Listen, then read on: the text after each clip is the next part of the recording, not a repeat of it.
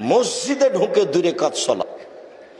কাতাদা রাদিয়াল্লাহু তাআলা আনহু বলেন, রাসূল সাল্লাল্লাহু আলাইহি ওয়াসাল্লাম বলেছেন, ইজা দাখালা আহাদুকুমুল মসজিদা ফালিসাল্লি রাকাতাইন ক্বাবলা ইয়াজলিসা।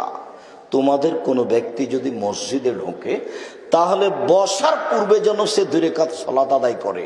এটা তো বেলদি দেবই, জন্মসূত্রে সবাই আহলে হাদিস। তবে ঢাকা শহরে গেলে তারা বুঝতে পারে যে বাংলাদেশের শতকরা 95 জন মানুষ মসজিদে ঢোকে আগে বসে। ভারত, বাংলাদেশ, পাকিস্তানের শতকরা 95 জন মানুষ মসজিদে ঢোকে আগে বসে, তারপরে সালাত। জাবের রাদিয়াল্লাহু তাআলা আনহু বলেন, আল্লাহর নবী বলেছেন, ইজা দাখালা আহাদুকুম ইয়াউমাল জুমআ আল ইমাম ইয়াখতুব। কেউ যদি তোমাদের জুমার দিনে ঢোকে মসজিদে আর ইমাম যদি খুতবা দেয়, ফালিসাল্লি রাকাতাইন, সে যেন 2 রাকাত সালাত আদায় করে, ওয়ালিখাফিফিহিমা, আর হালকা করে পড়ে, লম্বা সময় যেন না পড়ে। তার মানে খুতবা চলাকালীন যদি কেউ মসজিদে ঢোকে তবু 2 রাকাত সালাত আদায় করতে হবে। জাবের রাদিয়াল্লাহু তাআলা আনহু বলেন, কানা নবী সাল্লাল্লাহু আলাইহি ওয়াসাল্লাম ইয়াখতুবু ইয়াউমাল জুমআ ওয়া রাজুলুন তাখালা। আল্লাহর নবী জুমার দিন খুতবা দিচ্ছিলেন, একটা লোক মসজিদে ঢুকেই বসে গেছে। তখন আল্লাহ রাসূল বলছেন, আসল্লাইতা, এই তুমি সালাত আদায় করেছো? কালালা, লোকটি বলল জি না।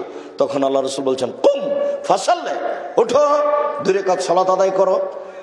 হাদিস বুখারী মুসলিম। তাহলে বোঝা যাচ্ছে যে ইমামের চোখে যদি পড়ে যে একটা লোক ঢুকে বসে গেল, তাহলে ইমামকে তাকে উঠাতে হবে। উঠেন, 2 রাকাত সালাত আদায় করেন, তারপরে বসবেন। খুতবা চলাকালীনও কেউ বসতে পাবে না। মসজিদ হচ্ছে আল্লাহর ঘর, আল মাসাজিদু লিল্লাহ। মসজিদ হচ্ছে আল্লাহর ঘর, ওখানে বসলে তার কাছে অনুমতি নিতে হবে। তো অনুমতি কি এইভাবে নেবেন যে আসসালামু আলাইকুম আল্লাহ, আপনার ঘরে বসতে চাচ্ছি? এইটা তো আর পদ্ধতি নয়। কাজেই বসার পদ্ধতি হলো, অনুমতি হলো 2 রাকাত সালাত। যখন আপনি 2 রাকাত সালাত আদায় করবেন তখন অনুমতি হয়ে গেল। সম্মানিত দিনী ভাই বোন, এইটা দেবই।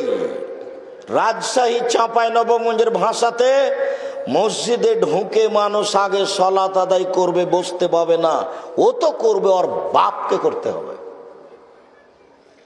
2 রাকাত সালাত আদায় না করে বসা নিষেধ। সূর্য উঠুক ডুবুক, মাথার উপরে থাক, যেখানেই থাক না কেন, কোন মানুষ কোন সময় মসজিদে ঢুকে বসতে পাবে না আগে 2 রাকাত সালাত আদায় না করে।